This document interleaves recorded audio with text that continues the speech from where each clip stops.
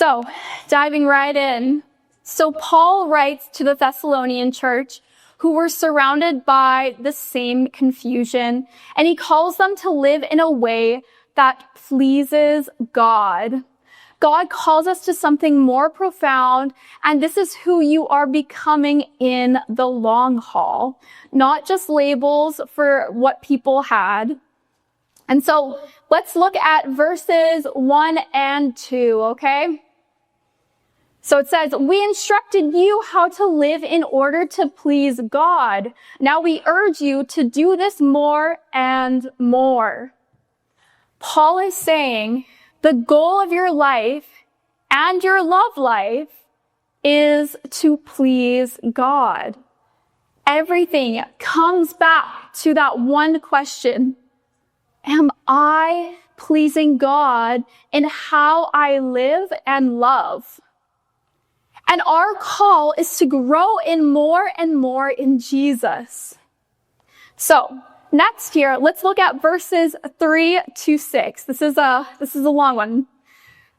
So it says here, it is God's will that you should be sanctified, that you should avoid sexual immorality, that each of you should learn to control your own body in a way that is holy and honorable, not in passionate lust like the pagans who do not know God, and that in this matter no one should wrong or take advantage of a brother or sister.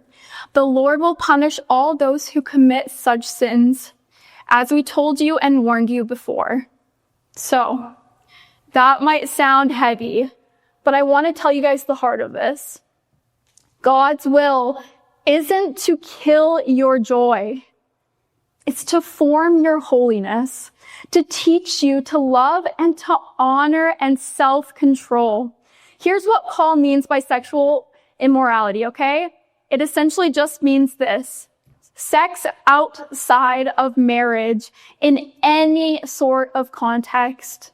And in this day, Paul wrote to the Thessalonian culture, which was tied into having sex with whoever, whenever, and however. And it was destroying the fabric of their culture. It tore families apart, societies apart, and was even an idol for worship in the worst ways. But it's our call now to fix our eyes on Jesus through it. So now let's jump to verses 7 and 8. It says this: God did not call us to be impure, but to live a holy life. Therefore, anyone who rejects this instruction does not reject a human being, but God, the very God who gives you his Holy Spirit. What we see here is that real love never uses or takes advantage. It honors and it protects. Because love isn't just just about finding the right person. It's about becoming someone who loves rightly.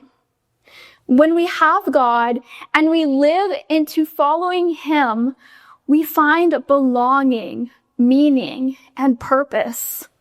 We find hope beyond ourselves through Jesus. His call is that we would honor him, not just but because he knows what's best and what leads us to our best life.